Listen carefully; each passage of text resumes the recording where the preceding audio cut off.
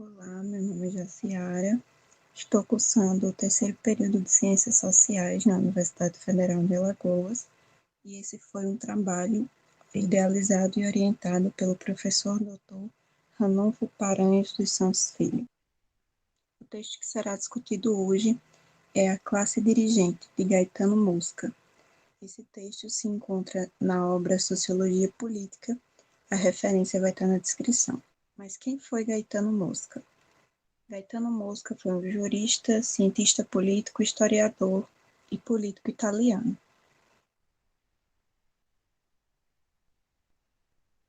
Nessa obra, ele vai discutir sobre a existência de duas classes de pessoas, a classe dirigida e a classe dirigente.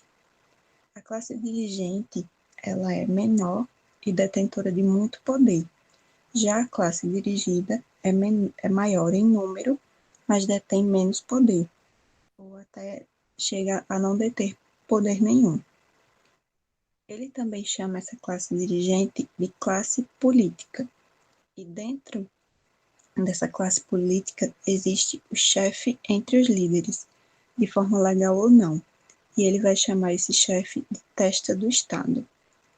Por mais que pareça que a classe dirigida não tem poder nenhum, ela exerce sim influência sobre a classe política, pois é dela que vem o apoio ou a reprovação, ou seja, existe sim a democracia, existe sim o poder do povo.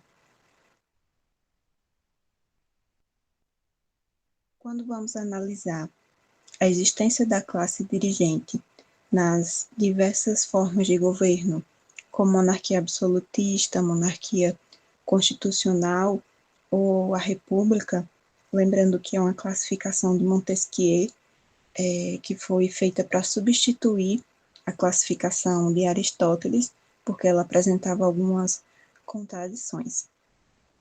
Nessas formas de governo, a única coisa que muda é a forma como o chefe chega ao poder.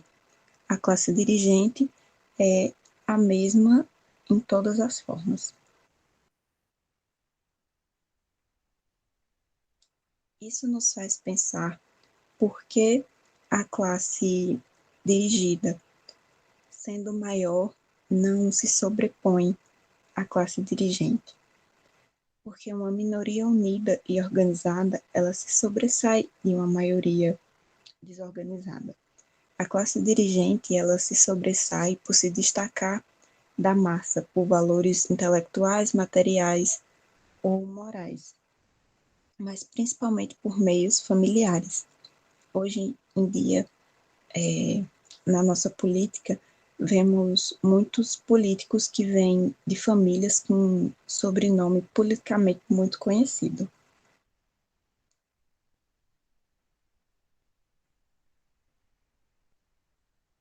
Um exemplo de classe dirigente é a classe militar. Lembrando que essa classe é dirigente quando a sociedade é em início de civilização. Caetano vai usar o exemplo da Polônia, Rússia, no início dessa civilização.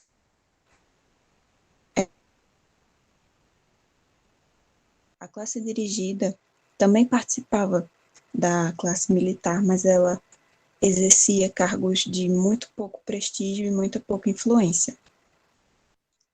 À medida que a civilização evolui, que a civilidade aumenta e a riqueza também aumenta, a classe dirigente se torna de pessoas ricas e não de pessoas fortes, porque o dinheiro vai se sobrepor à força.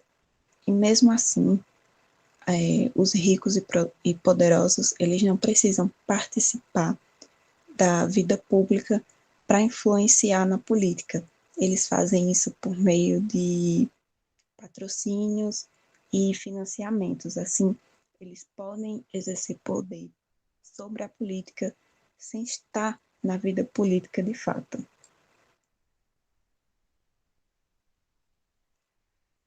Outra classe dirigente que a gente pode citar é o clero, principalmente em sociedades onde a crença religiosa é muito forte. O exemplo que é trazido é o Egito Antigo, a Índia Brahmani e a Europa medieval.